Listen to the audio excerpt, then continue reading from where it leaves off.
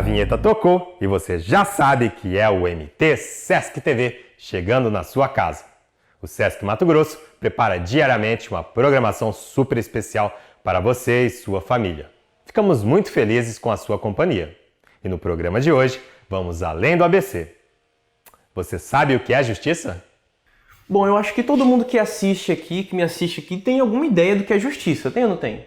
Vamos entender um pouco mais a fundo aí do que é justiça de acordo com alguns princípios filosóficos?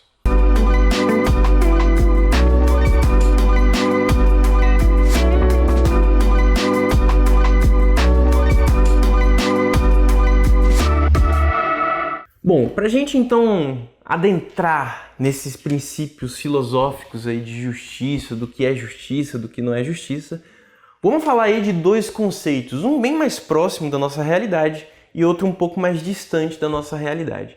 Vamos começar então aí com a justiça mais próxima da nossa realidade, que seria a justiça de Thomas Hobbes, né? Que Thomas Hobbes acreditava que existia aí uma espécie de contrato.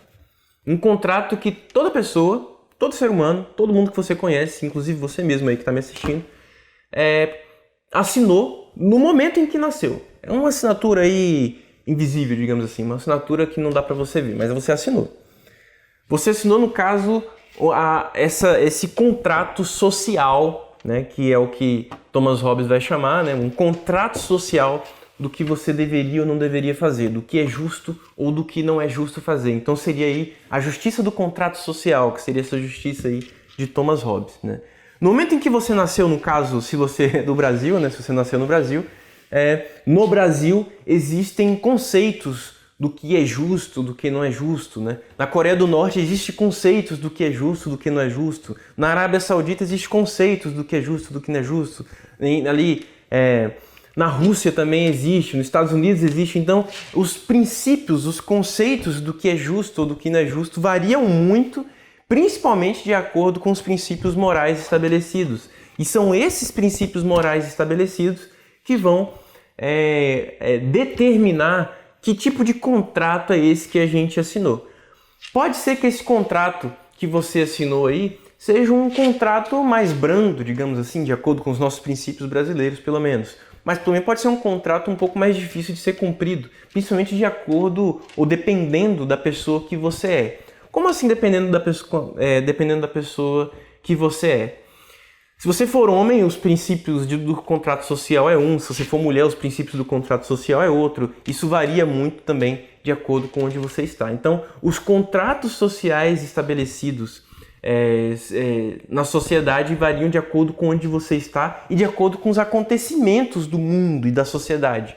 Um exemplo disso, lá no filme Capitão América, Guerra Civil, é quando tem ali o Tratado de Varsóvia, eu acho, se não me engano, que é aquele contrato, né, que os Vingadores têm que assinar para garantir que as atitudes deles sejam 100% regulamentadas, né, pelo Estado, e no caso, pelo menos até onde eu me lembro, pelo Estado americano mesmo, né, que até onde eles devem agir, ou seja, os Vingadores só iriam agir e seriam acionados a partir do momento em que houvesse uma análise de se eles deveriam ou não agir. Afinal de contas, houveram consequências, né, dos Vingadores, dos filmes dos Vingadores antes desse, que as atitudes deles acabaram gerando alguns problemas, inclusive algumas mortes, né?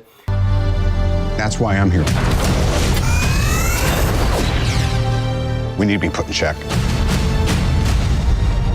Whatever form that takes, I'm game.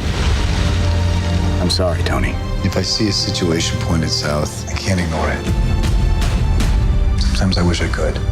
Sometimes I want to punch you in your perfect teeth. I know we're not perfect. But the safest hands are still our own.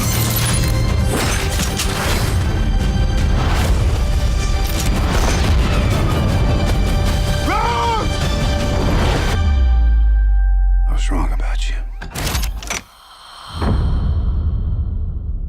The whole world was wrong about you. They're coming for you. I'm not the one that needs to watch their back. This doesn't have to end in a fight, Tony.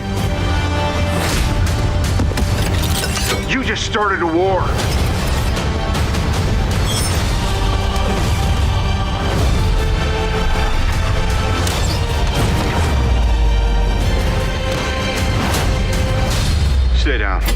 Final warning. I could do this all day.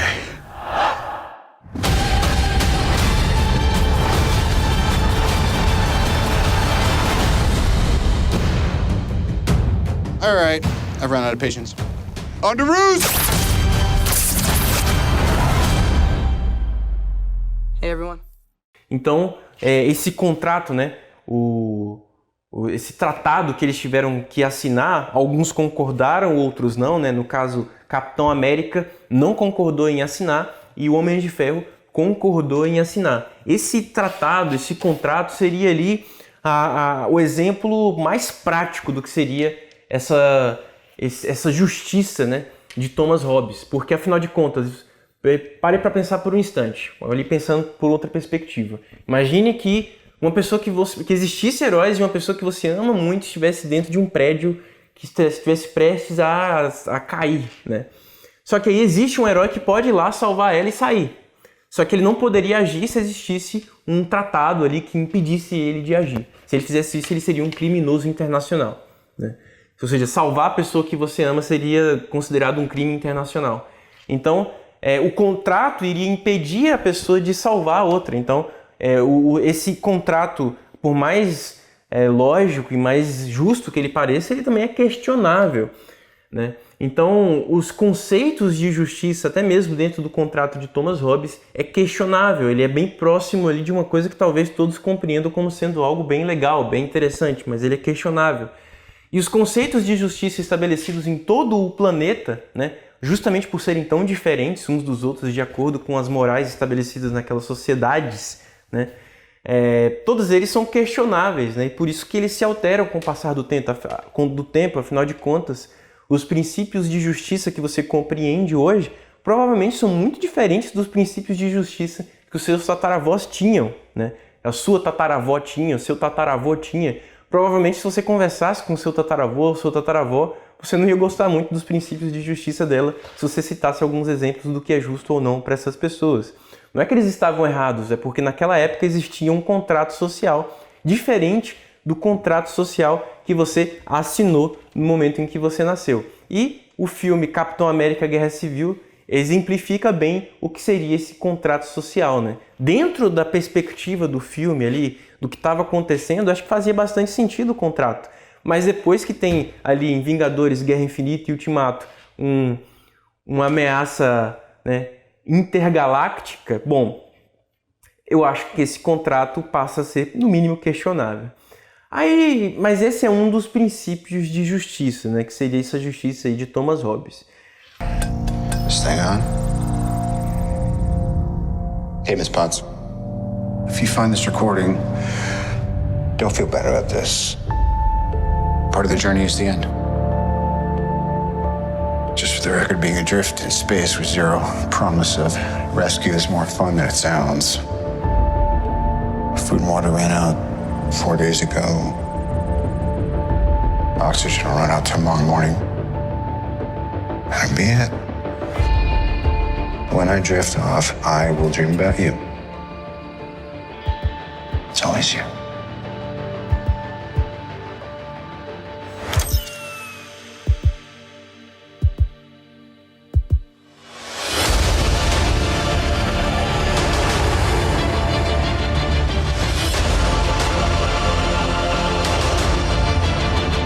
Thanos did exactly what he said he was going to do. He wiped out 50% of all living creatures. We lost. All of us. We lost friends. We lost family. We lost a part of ourselves. This is the fight of our lives. This is going to work, Steve. I know it is. Because I don't know what I'm going to do if it doesn't.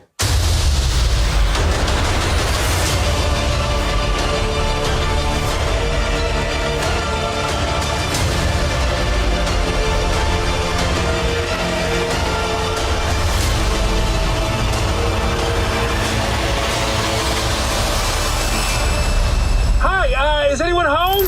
This is Scott Lang. We met a few years ago at the airport in Germany. I got really big. Is this an old message?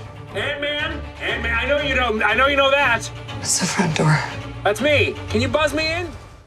Mas aí também existem vários outros conceitos, e aí, por exemplo, um outro exemplo aí que a gente pega da filosofia para exemplificar seria a justiça platônica. O que seria essa justiça platônica? Eu acho que todos vocês têm aquela ideia do amor platônico, né? Que é aquele amor ali que está ali no mundo das ideias, que é perfeito apenas nas ideias, mas às vezes você vai para a prática e você percebe que não é tão perfeito assim, não é verdade? Então, esse amor platônico é esse amor que vocês pegam de um mundo ideal, né? Pega mais ou menos isso e joga para o conceito de justiça, né? É mais ou menos isso. O que acontece? Para Platão, o que seria mais justo? O mais justo seria, para Platão, sempre analisar as coisas de acordo com quem esteve envolvido em tudo o que aconteceu durante as atitudes relacionadas ali. Bom, então qualquer coisa que acontecesse, estivesse para acontecer, fizesse ou viesse a fazer, deveria se analisar uma série de questões assim infindas, muitas questões. Por exemplo, quem são as pessoas envolvidas? Qual é a história dessas pessoas envolvidas? Qual é o passado dessas pessoas envolvidas? Onde essas pessoas envolvidas estavam? Quais eram os conceitos morais estabelecidos nos lugares onde essas pessoas estavam? Quais eram os princípios éticos de cada pessoa envolvida? Ou seja, só aí são 6 coisas que eu citei que deveria ser analisado na justiça platônica para que ela realmente se mostrasse como uma justiça de verdade. Porque, afinal de contas, para Platão, era de extrema importância você entender não apenas a situação, porque a situação para ele é apenas um dos diversos quesitos para a gente entender o que é justo ou não, né?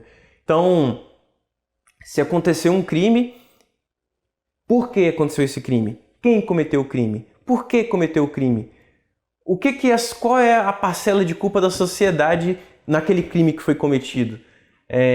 Quais são os princípios morais que levaram aquela pessoa a cometer o crime ou deixar de fazer alguma coisa, né? Porque alguns crimes são cometidos também por omissão.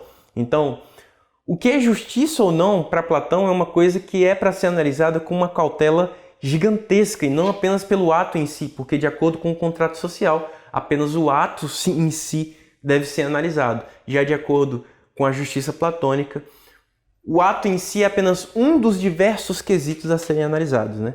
Só que aí, é claro, se uma coisa às vezes acontece, você não vai ter todo o tempo do mundo para poder analisar algo, e aí é que entra uma das possíveis problemáticas dessa justiça. Afinal de contas, acontece um problema e você precisa tirar as conclusões desse problema com uma certa rapidez ou velocidade, nesses casos, o que fazer, né? Então, todas as justiças, como você pode perceber, por mais interessantes que elas possam parecer, elas têm ali as suas problemáticas, têm os seus problemas, têm os seus defeitos, né? Os seus deslizes. Então, existe justiça perfeita? É uma questão que eu deixo aí para vocês pensarem. Então, essas são 2 ideias de justiça aí que a gente coloca para pensar, e aí eu te pergunto, qual é a sua justiça? Ela é questionável ou não? Enquanto você reflete aí, nós vamos para o intervalo comercial, mas é rapidinho.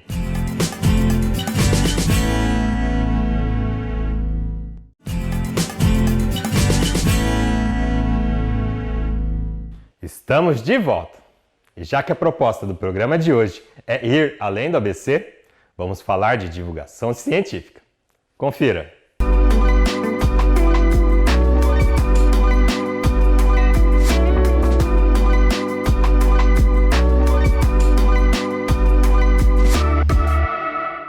Olá, bem-vindos a mais um Além do ABC.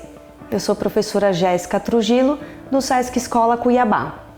Nós vamos falar sobre divulgação científica. Vocês já devem ter ouvido falar sobre isso, né? Então, divulgação. O que é divulgar? É colocar as pesquisas, as ideias em divulgação para o maior número de pessoas. A gente pode divulgar em inúmeros lugares, de formas tanto em papel, em jornal e hoje muito utilizado na internet, nas mídias sociais, nos blogs, nos canais de YouTube, por exemplo. O que é então ciência? Ciência são pesquisas realizadas por diferentes grupos de pessoas que estudam inúmeras coisas de tecnologia, da natureza, nas áreas de medicina, por exemplo, de enfermagem, de mecânica. Então, as ciências são diversos conhecimentos atrelados em prol de um objetivo. Então, a divulgação científica busca trazer dados e conhecimentos numa linguagem acessível para as pessoas compreenderem, ou seja, popularizar a ciência. Então, há uma mudança de linguagem, uma popularização. Não vou dizer que é uma linguagem pobre, não é isso que estou dizendo, mas é uma determinada forma da gente conseguir atingir as pessoas a entenderem determinados contextos que diz respeito à realidade dessas pessoas e que elas possam compreender. O que é isso que eu estou dizendo então? Eu vou ler para vocês um trecho de uma reportagem de divulgação científica. Por exemplo, um menino, um paulistano de 5 anos, fez uma pergunta: por que o coração bate? E aí, uma professora respondeu a partir de um texto de divulgação científica. E ela vai falando: a batida do coração tem um simbolismo todo especial. Ela significa vida, amor, paixão e ansiedade. Mas quando Pedro Henrique, que é este menino de 5 anos, pergunta por que o coração bate, a resposta precisa ser reduzida a uma explicação biológica. Então nós estamos partindo para a questão biológica. Então a gente entende que o coração tem diversos vieses artísticos, psicológicos, dos nossos sentimentos. Mas aqui a professora então começa a embasar em seu artigo de divulgação científica no contexto biológico para responder à questão do Pedro Henrique. Então, ela continua: vamos começar pelo coração já pronto e depois voltamos para o início, quando o nosso corpo ainda estava se formando. O coração é uma estrutura complexa, uma obra-prima que tem 4 câmaras, 2 átrios que recebem o sangue do corpo e o repassam para 2 ventrículos, que então bombeiam o sangue para os grandes vasos. E ele produz seus próprios impulsos. Suas batidas são controladas por sinais elétricos que se espalham pelas células das câmaras cardíacas. Os átrios se contraem primeiro, para depois contrair os ventrículos, e assim surge a batida que a gente conhece. E aí, esse artigo, a professora continua explicando dessa forma. Então, é óbvio que se nós pegarmos uma pesquisa da área da medicina, nós vamos entender o coração de uma forma muito científica, com nomes muito científicos, que eu vou dizer que só os pares conseguem entender, ou seja, médicos conversando com médicos, muitas das vezes. Então, essa forma de escrita nos permite uma aproximação das pesquisas, uma aproximação do que vem sido desenvolvido e também do conhecimento, nesse exemplo, do nosso próprio corpo, que é tão importante para nós. Então, os textos de divulgação científica, eles nos permitem conhecer as pesquisas, ter uma outra linguagem, acessar, que a gente possa acessar enquanto cidadãos os conhecimentos que são produzidos e que assim a gente pode tomar consciência e escolher que caminho seguir para a ciência, para a tecnologia, para o nosso bem-estar na nossa vida. Hoje em dia, a gente tem que tomar cuidado com uma questão muito importante, que são as fake news, ou seja, notícias falsas que circulam pela mídia. Hoje, se a gente pensar na interatividade da internet, é um movimento muito rápido. As informações elas circulam de maneira muito rápida. Então, de que forma a gente receber um conteúdo e saber então que é verdade? Para isso, nós precisamos checar a nossa fonte, entender de onde vêm esses dados, quais pesquisas foram realizadas, para a gente conseguir perceber se aquele assunto nos diz respeito à nossa vida, à nossa tomada de decisão no nosso cotidiano, no nosso dia a dia, de uma forma mais eficaz e efetiva. Então, pessoal, vamos tomar cuidado com essas notícias falsas e até mesmo repassar essas informações falsas.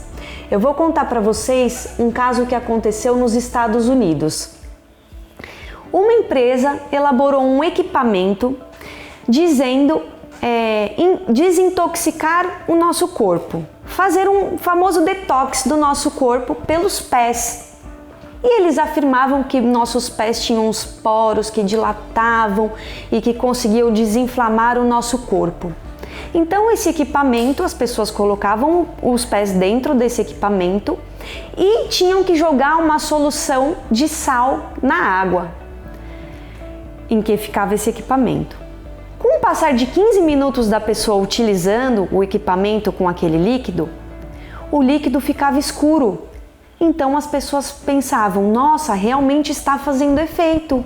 Eu estou desintoxicando pelos pés, a água está saindo escura. E aí isso virou uma febre nos Estados Unidos. Todo mundo queria comprar esse tal equipamento que falava, que dizia, que prometia uma desintoxicação. E aí então os pesquisadores foram estudar o que era esse equipamento tão famoso, que na academia, ou seja, nas universidades, ninguém tinha ouvido falar ainda. Então, os grupos de pesquisadores abriram esse equipamento e perceberam que dentro deles tinham vários pregos e que naquela solução, naquele líquido que falavam para as pessoas colocar sal, o sal passava por entre esses pregos e oxidavam os pregos. E em 15 minutos começava a soltar o ferrugem na água. Ou seja, o equipamento ia se deteriorando, se próprio deteriorando, e vendia uma informação de que estavam desintoxicando as pessoas. Então por isso que nós temos que tomar cuidado com as coisas que nos são colocadas, colocando umas falsas realidades para nós. Então, o que é muito importante dentro da divulgação científica? Olharmos a fonte de dados, de onde as pesquisas vêm, como são realizadas, que dados são esses, se foram pesquisas realizadas com as pessoas, quais os resultados e de que formas e maneiras isso pode prejudicar ou melhorar a minha qualidade de vida. Então, a divulgação científica é muito importante da gente estar inteirado nela. Muitas vezes a gente não sabe que tem esse nome, mas nós estamos imersos a esse movimento de divulgação científica. Importante aos grupos de pesquisadores e pesquisadoras promoverem o exercício de, além de publicarem seus artigos e suas pesquisas em revistas reconhecidas nacional e internacionalmente, também pensar na popularização das suas pesquisas, ou seja, como as suas pesquisas vão influenciar na vida e no cotidiano das pessoas, o que é o mais importante, trazer as pesquisas voltadas à nossa vida, ao nosso cotidiano. Esse foi mais um Além do ABC, até a próxima! Agora que você já está por dentro, que tal seguir o Sesc Mato Grosso nas redes sociais e conferir a programação das atividades presenciais em nossas unidades? O endereço está aqui na tela, o programa de hoje fica por aqui e eu te vejo nas redes. Tchau, tchau!